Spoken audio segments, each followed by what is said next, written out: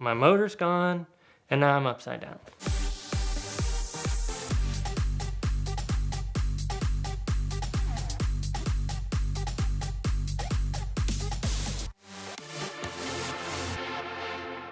For my channel, I was going to do a giveaway Jeep, right? And I asked my audience, I made a huge mistake. I asked my audience what they wanted me to build, and I gave them this list of Jeeps that they could choose from. And whatever they chose, that's what I was going to build.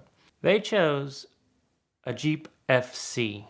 And if you don't know what a Jeep FC is, it was made from the 50s to the 60s. It's like this forward control. Jeep FC stands for forward control. And it was like this van thing where you sit out in front of the front wheels, right? So I had no idea where I was going to get one, but I found one that was in pretty good shape in Utah. But I live in Tennessee. So I told the guy, you know what, I'll buy it from you. I'm going to come down there in a few weeks and I'll get it. I'll pick it up. I get a random call, like a message from this guy. He says, I live in South Dakota. I'm going to be coming down there with an empty trailer. If there's anything you need from up north, let me know. And I was like, hey, do you live near Salt Lake City? And he's like, well, no, that's 12 hours out of my way.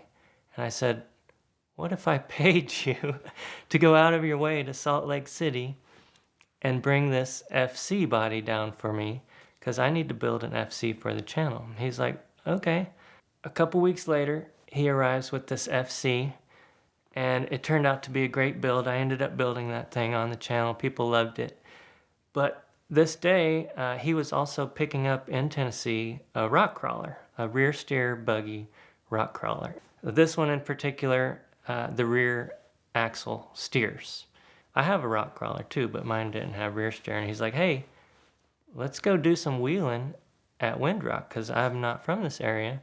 I want to see what you guys got out here. And I was like, yeah, sure. Let's go do some wheeling. So I loaded up my rock crawler.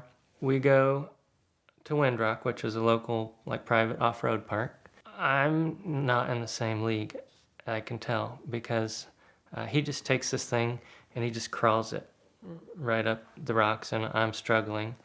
Which, mind you, my rock crawler is still very capable, but this rear steer thing was way more capable, right? So I ended up, like, filming him walking up, doing the trail, and then coming around picking up mine.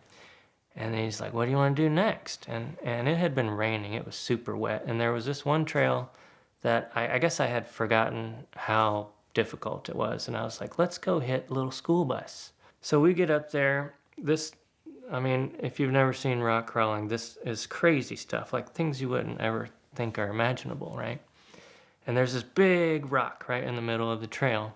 And I've done it before, but this time it's wet and slick. So this is the first time I'd ever met this guy. Like, I had known him at this point for 3 hours.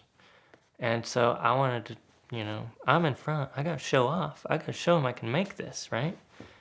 So I go up on the left side of this rock. Like, the cage of my Jeep is hitting the rock, but I'm going to make it around. So I'm like, rah, rah. And finally I'm in it, and I'm just like holding my foot to the floor. I'm up on my side, like this, and I'm making a little bit of progress, and all of a sudden, boom! Everything just stops and my engine dies. And I was like, what? What happened? All of a sudden I can hear like fluid running down. And I get out and I look, there's oil just running down the trail. I go over there and look on the passenger side, there's a hole in the engine block. As I could put my hand inside the engine block. I had busted a hole in my engine. But at this point, I'm like way up this trail on my side, and this little rear steer buggy that he's in is a little Samurai. It's probably half the size and half the weight of my vehicle. And we have probably a half mile of trail that we have to traverse to get back to civilization. We try our best, and we are like winching off of trees. I'm dead in the water. Like, all I have is neutral. I can't help at all. So we're trying to get this thing turned around, and there's this spot where the trail turns, but at the same time it kind of nosedives. He's up on the bank and he's trying to winch me around, and my tires are like, ooh, they just don't want to go. So he's like, I'll come down here and I'll just pull you down, because I think, you're pointed kind of in the right direction now. Well, I've got full hydraulic steering, which, if you don't know what that means, there's no mechanical linkage to the front axle. It's all hydraulic lines like you'd have on a tractor. If you can force that hydraulic fluid, it'll go, but it's almost impossible. So my tires are turned the wrong way, and he just starts going, and I end up going up on this bank and flipping upside down at this point. So my motor's gone, and now I'm upside down. And I'm like, great, what are we gonna do now? Well, I got like 1 bar service. Who do I know that can help us? Because his little Samurai's no help at this point. So I end up calling my buddy Jeremy, and I'm like, hey, I know this is a random call, but it's like 5:30, and you're probably just getting off of work, but is there any way you can load up your Jeep on a trailer and come all the way up to Windrock and help a buddy out in a sticky situation? He's like, yeah, man, no problem. I'm on my way. So it turns out he was like right in the right spot. He had the trailer like available, the Jeep was available, truck was available, everything. And he comes probably within an hour. We're just sitting there like laughing, eating lunch, because what else you can do? Your Jeep's upside down. I tell him before he comes, I'm like, you probably need to come from the top of the trail because the bottom of the trail is now blocked. So he comes from the top of the trail, and at this point we've got 2 winch lines hooked up, and we end up flipping the Jeep back over. At this point, Colt's in front, Jeremy's in the back, and we connect it like some sort of a train, right?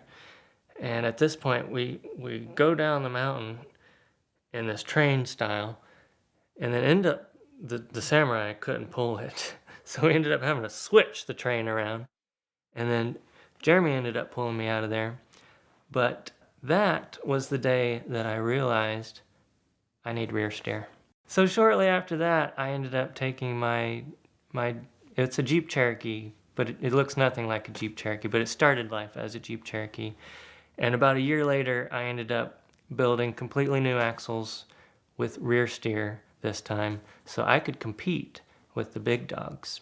My original Jeep that I had when I was a kid, when I was 16, was a Jeep Cherokee, and I thought I was going to keep that thing forever, right? It was going to be my forever vehicle. But I ended up moving to Tennessee and getting in with these guys that were way over my skill set, and what that meant was I had to follow them around on the trail. That ended up turning my Jeep Cherokee into a raisin. And it was so far gone, at some point, the doors wouldn't shut. I ended up taking the doors off. Then you're beating in the A pillars, the B pillars, the C pillars. It looked like a raisin. When I built this Cherokee that we're talking about, this rear steer buggy Cherokee, I ended up taking my steering wheel and my visors from that, so I could still consider it the same vehicle.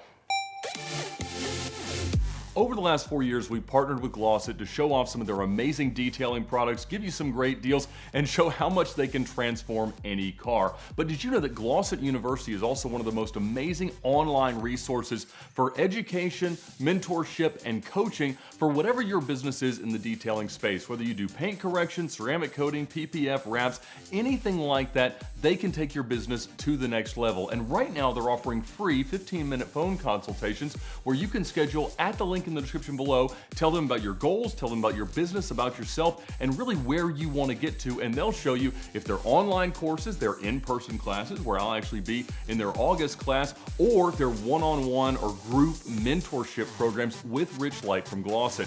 It's an awesome way to take your business to that next level. So set up your phone consultation now, talk to them about where you're at today, and they'll tell you where you could be tomorrow.